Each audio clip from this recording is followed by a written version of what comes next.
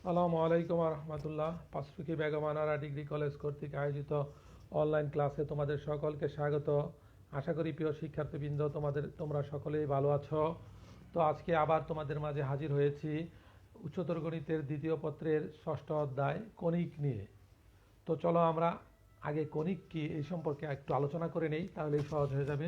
তো আমাদের হচ্ছে আজকে যে আলোচ্য বিষয় হচ্ছে কণিক।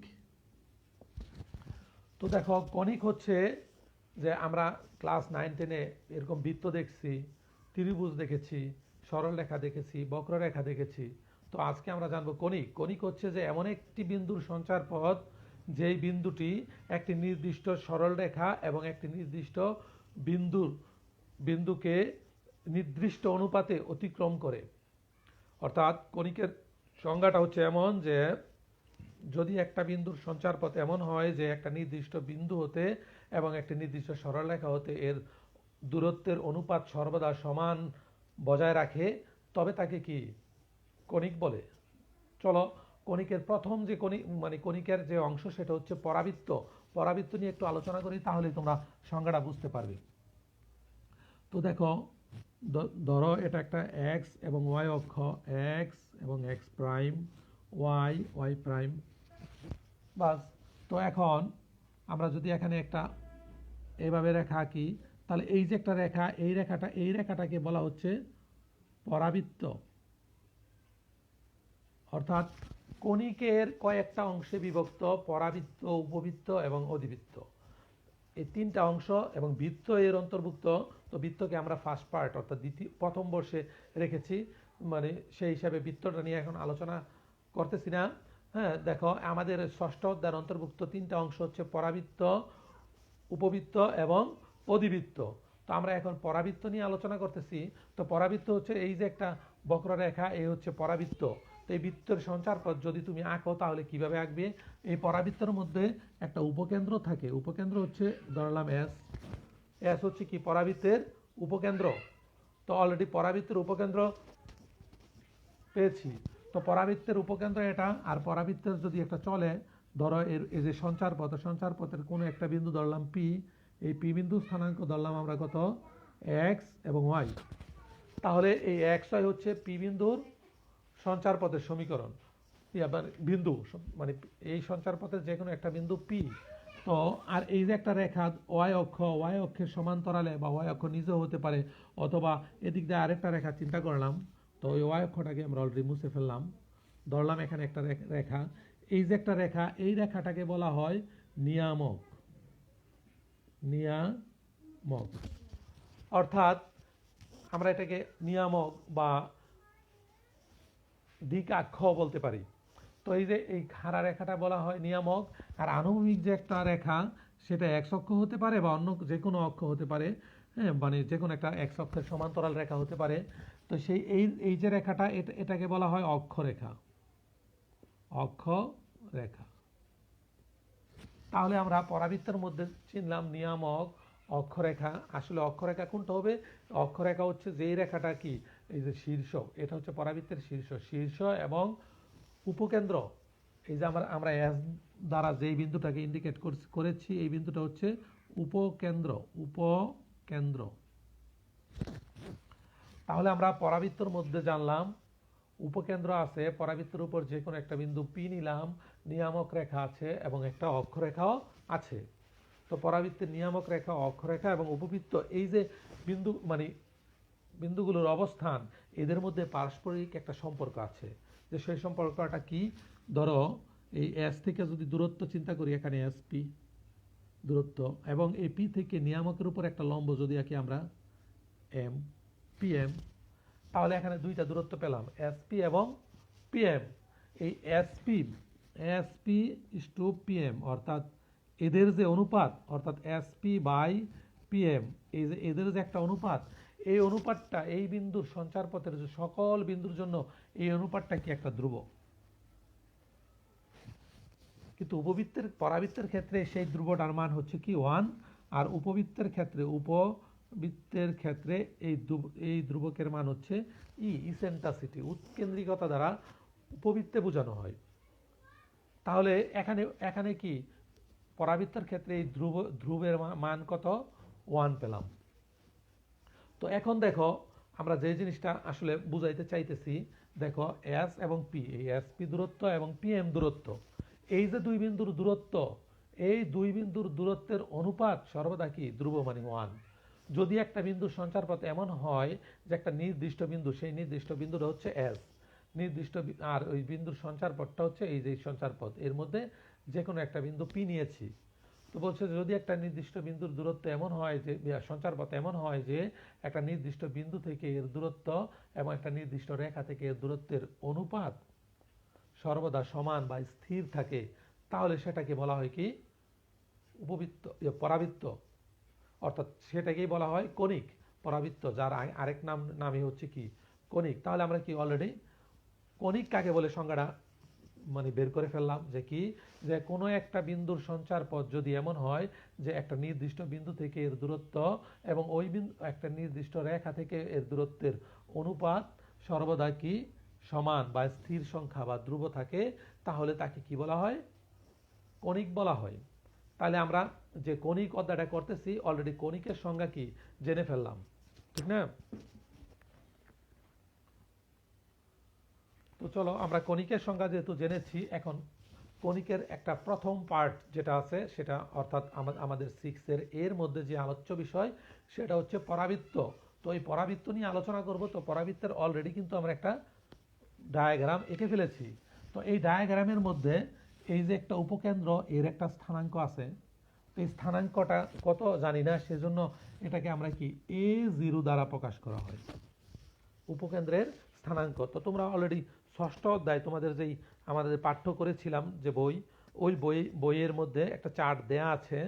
তো তুমি চাইলে ওই চার্টটা বের করে নিতে পারো, যে এই চার্টটা হচ্ছে যে তোমাদের বইয়ের 195 পেজ, হয়তো এদিক সেদিক হইতে পারে অনেক বইও, হ্যাঁ যাই হোক। তাহলে এই যে উপকেন্দ্র এটা হচ্ছে কি A0 পেলাম। তো এখন একটু একটু ভালোভাবে খেয়াল করো, উপকেন্দ্র পেলাম, তো এর সঞ্চারপথের যে কোনো একটা বিন্দু পেলাম এবং নিয়ামকের উপর একটা লম্ব পিএম পেলাম। তাহলে পরাবৃত্তের সমীকরণটা কেমন হবে? তো পরাবৃত্তের আদর্শ সমীকরণ হচ্ছে, দেখো আদর্শ সমীকরণ y² সমান 4ax। এটা হচ্ছে এই চিত্রের জন্য যদি আদর্শ সমীকরণটা এমন হয় y² সমান 4ax হতে পারে, আবার x² সমান 4ay ও হতে পারে। যদি x² সমান 4ay হয় তখন কি করবে? x² সমান 4ay হলে তুমি যে কাজটা করবে সেটা হচ্ছে যে এর চিত্রটা হবে এমন, এই, তার মানে কি পরাবৃত্তের দিকটা কি অলরেডি ঘুরে গেল। তো এই হচ্ছে আমাদের কি মানে এই ডায়াগ্রামের জন্য যদি এখানে একটা মাইনাস থাকতো তাহলে এই চিত্রটা ঘুরে এদিকে হয়ে যেত, আর এখানে যদি একটা মাইনাস থাকতো তাহলে কি এটা নিচের দিকে চলে যেত। তার মানে মোটামুটিভাবে আমরা এই ডায়াগ্রাম সম্পর্কে জানলাম। তো এখানে প্রশ্ন হচ্ছে যে এই যে একটা ধ্রুব আমরা দেখতেছি, আসলে এইটা কি, এটা তো আমাদের জানা দরকার, তাই না? তাহলে দেখো এটা হচ্ছে এই যে পরাবৃত্তের একটা বিন্দু, এই বিন্দুটা ধরো এটা এস আর এটা ধরলাম আমরা এ, এই বিন্দু স্থানাঙ্ক হচ্ছে 0, 0। এই বিন্দু স্থানাঙ্ক কি আমাদের 0, 0। তো এখন একে বলা হয় শীর্ষ, একে বলা হয় শীর্ষ। তাহলে পরাবৃত্তের শীর্ষ জানলাম। তো এখন শীর্ষ থেকে উপকেন্দ্র পর্যন্ত যে দূরত্ব, এই যে দূরত্ব, এই দূরত্বটাকে বলা হয় তোমার কি যে এই যে ধ্রুবক এর মান শীর্ষ। তো আরেকটা আমাদের অঙ্ক করার জন্য সুবিধা মতো জেনে রাখবে, যদি এই যে অক্ষরেখা এবং নিয়ামকের ছেদবিন্দু জেড হয়, অক্ষরেখা এবং নিয়ামকের ছেদবিন্দু যদি জেড হয়, তাহলে দেখো এই এর মধ্যে কি সম্পর্ক, এখানে এই জেড এ ইকুয়ালস টু এস, অর্থাৎ এখান থেকে অক্ষরেখা এবং নিয়ামকের ছেদবিন্দু থেকে শীর্ষের দূরত্ব এবং শীর্ষ থেকে উপকেন্দ্রের দূরত্ব, এই দুই দূরত্ব কি সমান। এবং এই যেহেতু আমাদের এই এ সমান এ, তার মানে এতটুকু সমান আমরা কি এ লিখতে পারি। তাহলে মোটামুটিভাবে অনেকটা মানে কন্ডিশন আমরা জেনে ফেললাম। এর মাঝখানটা উপকেন্দ্রের স্থানাঙ্ক জানলাম A0, শীর্ষের শীর্ষবিন্দু জানলাম কি 0, 0। তারপরে এখানে আমাদের জানার আছে যে এই যে নিয়ামকটা এর সমীকরণ কেমন হবে, এই যে অক্ষরেখা এর সমীকরণ কেমন হবে, এগুলো আমাদের জানা দরকার। তো আমরা জানবো যে নিয়ামকের সমীকরণ। তো নিয়ামক দেখো তো, এই যে নিয়ামকটা যে গেছে এদিক দিয়ে চলে গেছে না, তো এই নিয়ামকের সমীকরণের সূত্র হচ্ছে নিয়ামক হচ্ছে x সমান -a। এটা হচ্ছে নিয়ামকের সমীকরণের সূত্র। তো নিয়ামকের সমীকরণ জানলাম। এখন এই অক্ষরেখাটা y অক্ষ হতে পারে, x অক্ষ হতে পারে, তাই না? অথবা এটা হচ্ছে অক্ষরেখা। অক্ষরেখা কি যদি x অক্ষ হয় তাহলে x অক্ষের মধ্যে কি y এর ভ্যালু 0, তার মানে অক্ষের সমীকরণ। এটা হচ্ছে নিয়ামকের সমীকরণ পেলাম। এখন আমরা অক্ষের সমীকরণ বের করব। অক্ষের সমীকরণ যদি এটা x অক্ষ হয় তাহলে কি y সমান 0, তার মানে কি আমরা অক্ষের সমীকরণও পেয়ে গেছি। তো নিয়ামক এবং অক্ষরেখা এবং অক্ষের সমীকরণ অলরেডি পেলাম। তো এখন আমরা সামনে চলে যাব। তাহলে দেখো নিয়ামক অক্ষের সমীকরণ পেলাম। এবার দেখো যে এই যে উপকেন্দ্রিক দূরত্ব, উপকেন্দ্রিক লম্বের দৈর্ঘ্য, যদি এখান থেকে একটা লম্ব আঁকো তাহলে কি এই লম্বের দৈর্ঘ্য দরকার আছে না আমাদের? এই যে এই লম্বের দৈর্ঘ্য, উপকেন্দ্রিক লম্ব, হ্যাঁ, এরকম অনেক সূত্র আছে। তুমি চাইলে কি তোমাদের বইয়ের মধ্যে সূত্রের এই চারটা আছে, তো তুমি যদি উপকেন্দ্রিক লম্ব বের করতে চাও, তো উপকেন্দ্রিক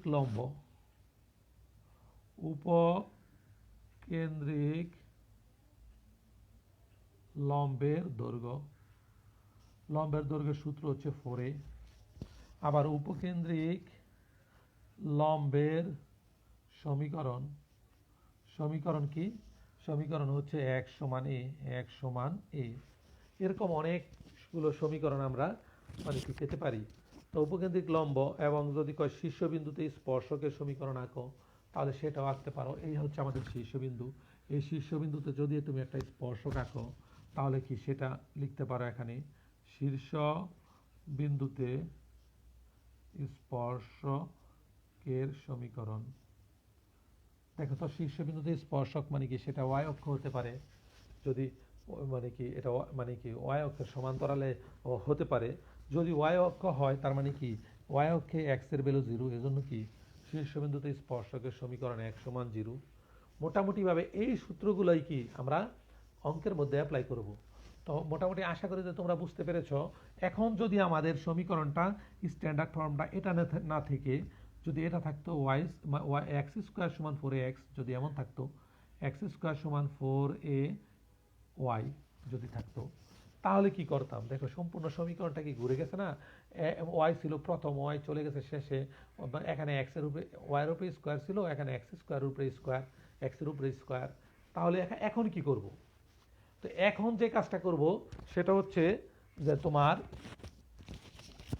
এখন আমাদের যে করণীয় সেটা হচ্ছে যে এই যে সমীকরণগুলো পেলাম এই সমীকরণগুলোকে কি উল্টে দিলেই কি সমীকরণ হয়ে যাবে এই সমীকরণের। এখানে উপকেন্দ্র আছে a0, তখন কি 0 হয়ে যাবে, যেহেতু x চলে গেছে, কি এখানে x প্রথমে এসে পড়েছে, y এর জায়গায় x চলে গেছে, x এর জায়গায় y চলে গেছে, অর্থাৎ সম্পূর্ণ সমীকরণটা ঘুরে গেছে।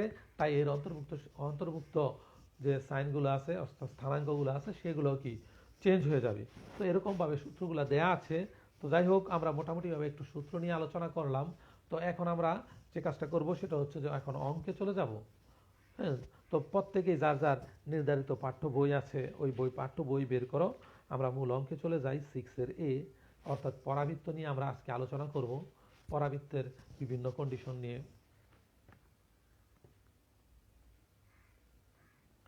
তো দেখো আমাদের ষষ্ঠ অধ্যায় এখানে আছে, যে ষষ্ঠ অধ্যায়ের মধ্যে প্রথমে অনেকগুলো অঙ্ক আছে। এর মধ্যে 4 নম্বর অঙ্কটা আমাদের কি ঢাকা বোর্ডে 11 সালে এবং 2008 সালে বহু সালে এসেছে। তো এরকম একটা কমন অঙ্ক আমরা এখন করতে যাব। চলো।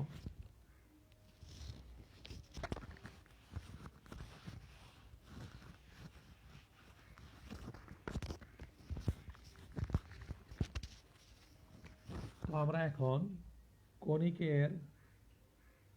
কণিকের পরাবৃত্ত নিয়ে করতেছি। পরাবৃত্ত 6 A নিয়ে কাজ করব। তো দেখো 6 এর একের কত নাম্বার করব দেখো তো, তোমরা প্রত্যেকে যার যার বই নাও।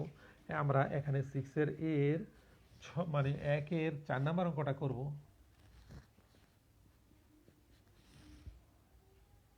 হুম, 4 অথবা 5 যে অঙ্কটাই তুমি চাও।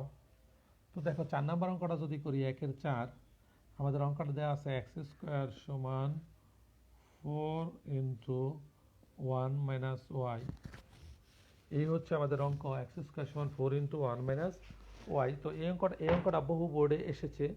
তো একে আগে আমাদের ফর্মে নিতে হবে, যে আদর্শ রূপে নিতে হবে। তারপর আমাদের এখানে চেয়েছে কি, যে পরাবৃত্তের শীর্ষ, উপকেন্দ্র, উপকেন্দ্রিক লম্বের দৈর্ঘ্য, নিয়ামকের সমীকরণ ইত্যাদি ইত্যাদি। তো এই সব কাজগুলোই কি আমরা করব। তো যাই হোক, চলো এখন আমরা মূল কাজে চলে যাই। একে আমাদের স্ট্যান্ডার্ড ফর্মে নিতে হবে। আমাদের স্ট্যান্ডার্ড ফর্মটা কি দেখো, আমাদের স্ট্যান্ডার্ড ফর্মটা হচ্ছে যে ওয়াই স্কোয়ার সমান 4ax অথবা এক্স স্কোয়ার সমান 4ay। এখন এর মধ্যে কোন ফর্মে নিব, উপরেরটাই নিব না নিচেরটাই নিব, এটা নির্ভর করবে কোন জায়গা থেকে। এটা নির্ভর করবে যার উপরে স্কোয়ার আছে। দেখো এখানে এক্স এর উপরে স্কোয়ার আছে, তার মানে কি দ্বিতীয় ফর্মে চলে যাবে। আর দ্বিতীয় ফর্মে দেখো ওয়াই থাকতে হবে প্রথম, এখানে ওয়াই আছে পরে। তবে দেখো আর আমরা এটাকে ওরকম এই ফর্মে নেওয়ার চেষ্টা করি, যেহেতু এই পাশে এক্স স্কোয়ার আছে, ওই পাশে 4ay বানানো দরকার আমাদের, তাই না? তাহলে দেখো এখানে 4 কম আছে, মাইনাস যদি কমন নেই, এখানে মাইনাস কমন নিলে এখানে ওয়াই মাইনাস 1 আসে। তো যদি আমরা এটাকে এরকম করি, 4 তো আছে, মাইনাস 1 ইন্টু ওয়াই মাইনাস 1। বাস। এখন দেখো আমরা কিন্তু শিখেছিলাম শুধু এক্স স্কোয়ার সমান 4ay এরকম, কিন্তু দেখো এখানে কেমন একটা রাশি, একটু মানে বড় ধরনের। আসলে একেবারে সহজ, খেয়াল করো।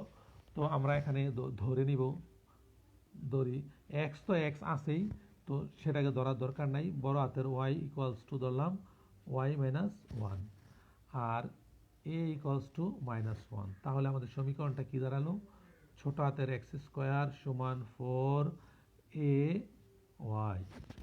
তো এখন দেখো এখানে কিন্তু আমাদের মূল সমীকরণ, যে এখানে এক্স হচ্ছে ছোট হাতের, ওয়াই হচ্ছে বড় হাতের। একটু কিন্তু মনে রেখো, হ্যাঁ, এগুলো আমাদের কাজ করার জন্য লাগবে।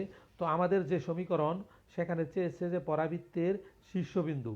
তো শীর্ষবিন্দু দেখো আমাদের কিন্তু এখন যে চার্ট আছে সূত্রের, তোমাদের বইয়ের 195 পেজে, ওই ওই চার্টটার মধ্যে দেখো যে শীর্ষ 0 0 স্থানাঙ্ক দেয়া আছে, এবং দুটো ক্ষেত্রেই, অর্থাৎ ওয়াই স্কোয়ার সমান 4ax হলেও 0 0, এবং এক্স স্কোয়ার সমান 4ay হলেও কি 0 0। তাহলে আমরা এর শীর্ষ লেখো, শীর্ষ ছোট হাতের এক্স লিখবো এবং কি বড় হাতের ওয়াই লিখবো, এত ইকুয়ালস টু 0 0। পেলাম শীর্ষ। কিন্তু একটু ভালোভাবে খেয়াল করো, আমাদের কিন্তু কথা ছিল যে কি, মূল সমীকরণে এক্স এবং ওয়াই উভয়ই কি ছোট হাতের হতে হবে, কিন্তু এখানে কি ওয়াই কিন্তু অলরেডি বড় হাতের। তাহলে একে কি আমরা ছোট হাতের ওয়াই কনভার্ট করতে হবে। তাহলে দেখো এই যে 0, এই প্রথম 0 ছোট হাতের এক্স এর জন্য লিখলাম, এই যে বড় হাতের ওয়াই এখানে এটার জন্য হচ্ছে পরের 0। তো এক্স এক্স ছোট হাতের এক্স এর তো কোনো মান নেই, কিন্তু বড় হাতের ওয়াই এর মান আছে। ছোট হাতের ওয়াই মাইনাস 1 ইকুয়ালস টু 0, অর্থাৎ ওয়াই সমান 1। তাহলে আমরা শীর্ষ পেলাম কত, শীর্ষ এখন কিন্তু সব ছোট হাতের, এক্স ওয়াই সমান 0 1। বাস, অলরেডি কিন্তু আমরা শীর্ষ পেয়ে ফেলেছি। তো আশা করি কি তোমরা বুঝতে পেরেছ। তো পরে এর মধ্যে এই অঙ্কটার মধ্যে শীর্ষের পরে আবার উপকেন্দ্র চেয়েছে। আমরা কিন্তু সমীকরণে দেখিয়েছিলাম উপকেন্দ্র হচ্ছে a0, কিন্তু যখন সমীকরণ চেঞ্জ হয়ে যাবে তখন উপকেন্দ্র হয়ে যাবে 0a। ঠিক আছে, তাহলে আমরা 0a, অর্থাৎ আমাদের উপকেন্দ্র, কাঙ্ক্ষিত উপকেন্দ্র হচ্ছে 0a। তো আমরা এই 0a এই উপকেন্দ্র নিয়ে এখন কাজ করব। তাহলে দেখো এখানে উপকেন্দ্রের স্থানাঙ্ক কত, ওই আগের মতো এক্স এবং বড় হাতের ওয়াই ইকুয়ালস টু 0a। তো এই ছোট হাতের এক্স সমান তো 0 লিখলাম, এখানে কিন্তু ব্রেকেট, আর এদিকে দেখো বড় হাতের ওয়াই ইকুয়ালস টু a। এখন যার যার মান লিখে দিই, বড় হাতের ওয়াই এর মান ওয়াই মাইনাস 1, আর এর মান মাইনাস 1, এই যে এখান থেকে লিখেছি। তো এখন যদি আমরা এই ওয়াই রাখি, -1 এবং +1 y = 0। তার মানে কি উপকেন্দ্র পেলাম 0 0। তো অলরেডি শীর্ষ এবং উপকেন্দ্রর স্থানাঙ্ক আমরা কি অলরেডি বের করে ফেলেছি। তো দেখো এখন পরবর্তী যে স্টেপ সেটা হচ্ছে আমাদের উপকেন্দ্রিক লম্বের দৈর্ঘ্য। উপকেন্দ্র পেয়েছি, উপকেন্দ্রিক লম্বের দৈর্ঘ্য ও নিয়ামকের সমীকরণ নির্ণয় করতে বলেছে। তো উপকেন্দ্রিক লম্বের দৈর্ঘ্য যথারীতি আগের মতোই 4a। তো উপকেন্দ্রিক লম্বের দৈর্ঘ্য বের করব। দেখো এখান থেকে এর উপকেন্দ্রিক লম্বের দৈর্ঘ্য বের করব। দেখো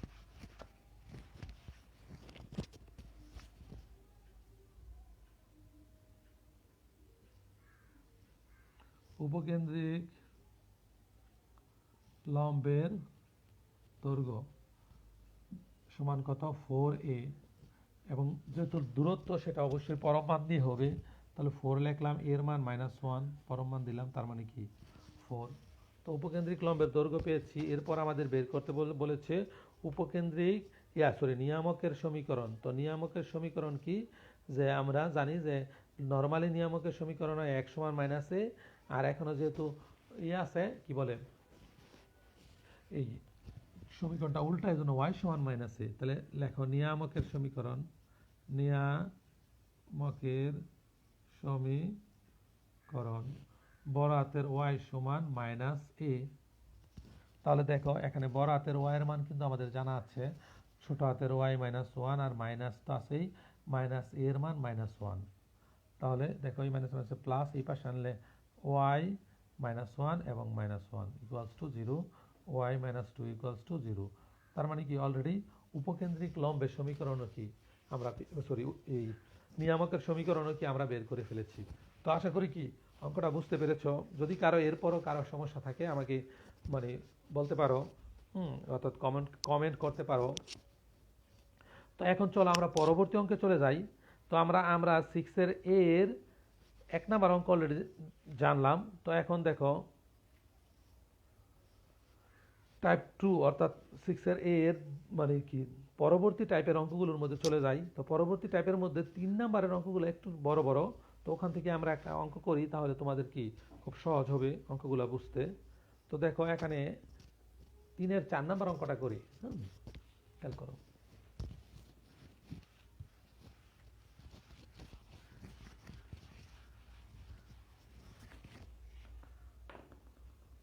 আচ্ছা, 3 এর 4 এর চেয়ে সবচেয়ে বেশি ভালোই বেটার হবে আমি যদি 6 নাম্বার অঙ্কটা করি, তাহলে তোমাদের বুঝতে খুব সহজ হবে। দেখো তাহলে 3 এর 6, 3 এর 6, 3 এর 6 এখানে দেয়া আছে 3y² 4y প্লাস 3x - 5 = 0। হ্যাঁ কত, সরি একটু ভুল লিখছি, আমি লিখতে লিখে ফেলেছি। দেখো এখানে আছে আমাদের 6 এর মধ্যে 3y² - 10x -12y - 18 = 0। আর 3y² - 10x -12y - 18, এই হচ্ছে আমাদের 6 নম্বর অঙ্ক। তো এখন দেখো আমাদের কিন্তু আগেই বলা ছিল যার উপরে স্কোয়ার আছে সে থাকবে বাম পাশে, আর স্কোয়ার ছাড়াগুলো চলে যাবে ডান পাশে। তো দেখো আমরা করার চেষ্টা করি। এখানে দেখো আমাদের এখানে 3y² আছে আর -12y আছে, আর সব আমরা ওই পাশে নিয়ে যাব। তাহলে ওই পাশে নিয়ে যাও, 10x নিয়ে গেলাম এবং 18কে ওই পাশে নিয়ে গেলাম। কিন্তু আমাদের যে সমীকরণ ছিল সেখানে কিন্তু x এর সাথে কোনো সহগ ছিল না, y এর সাথে কোনো সহগ ছিল না। তো আমরা কিন্তু x এবং y এর সাথে কোনো সহগ রাখতে পারবো না। তাহলে এই সহগ না রাখতে হলে আমাদের কি করতে হবে, যে এই সহগগুলোকে চেঞ্জ করতে হবে, অর্থাৎ এর সাথে যে সংখ্যা থাকবে ওইগুলো কি কমন নিয়ে নিতে হবে। তো দেখো আমরা কমন নেওয়ার চেষ্টা করতেছি।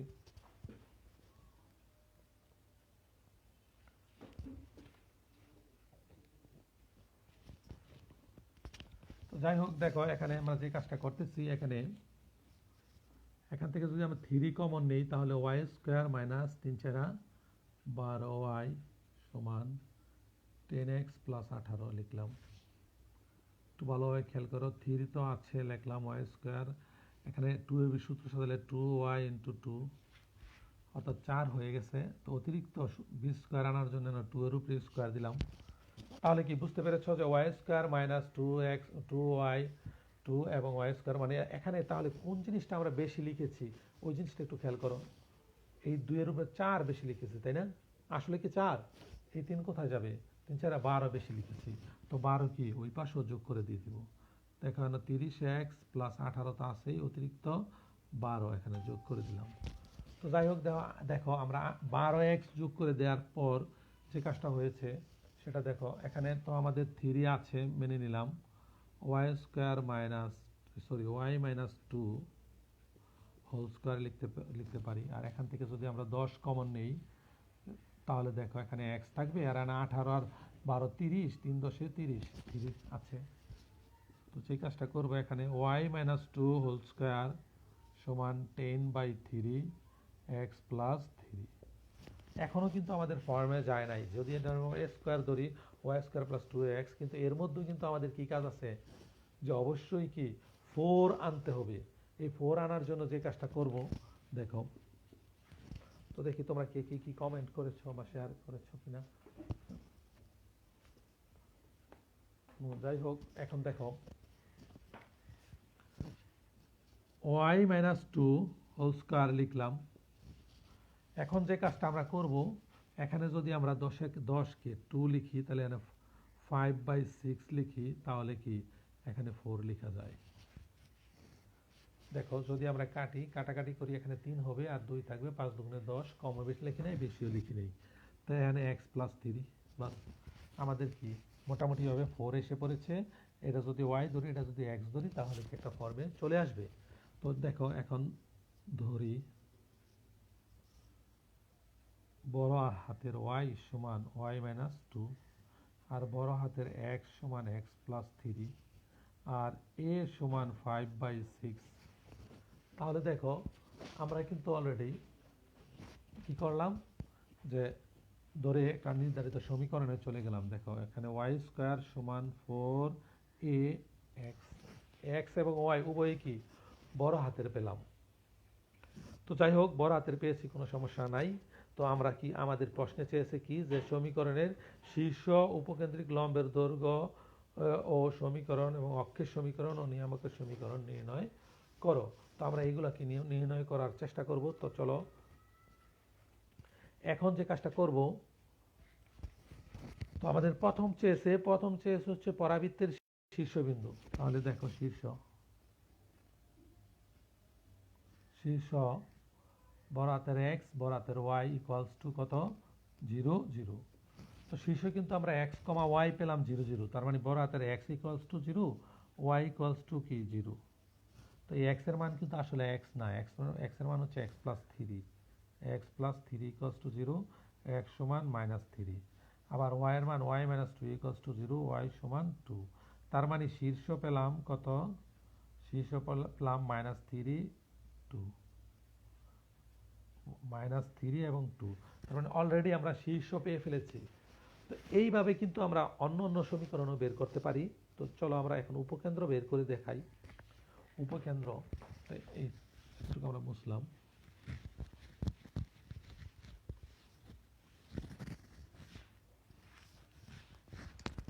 তো দেখো উপকেন্দ্র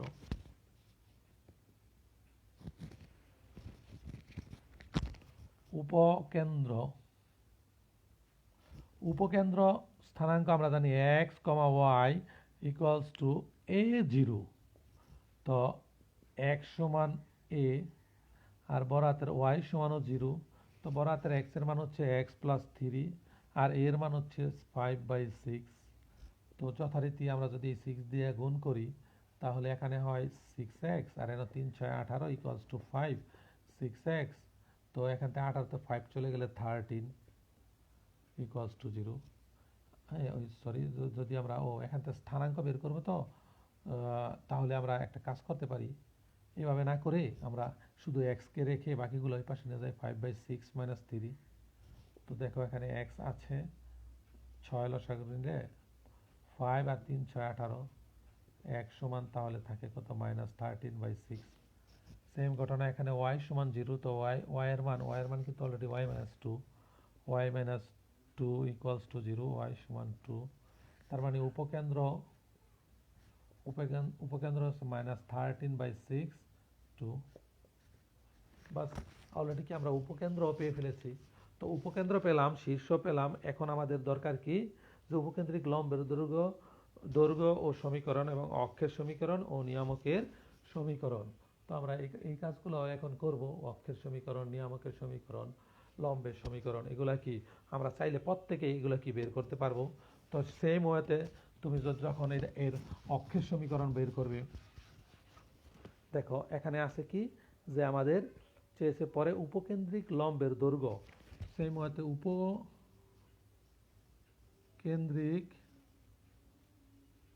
লম্বের দৈর্ঘ্য সমান 4a। তো এ সমান কিন্তু আমরা অলরেডি পেয়েছিলাম 5/6। তো যদি কাটাকাটি করো, 5 দুগুণে 10/6, দ্যাট ইজ অ্যান্সার। তো এরকম করে কি তুমি চাইলে কি সকল মানে অঙ্কগুলো করতে পারবে। তো আশা করি তোমরা এই অঙ্কগুলো মানে বাসায় প্রত্যেকে ট্রাই করবে। হ্যাঁ, এবং তোমাদের ক্লাসের সময়ও প্রায় শেষের দিকে।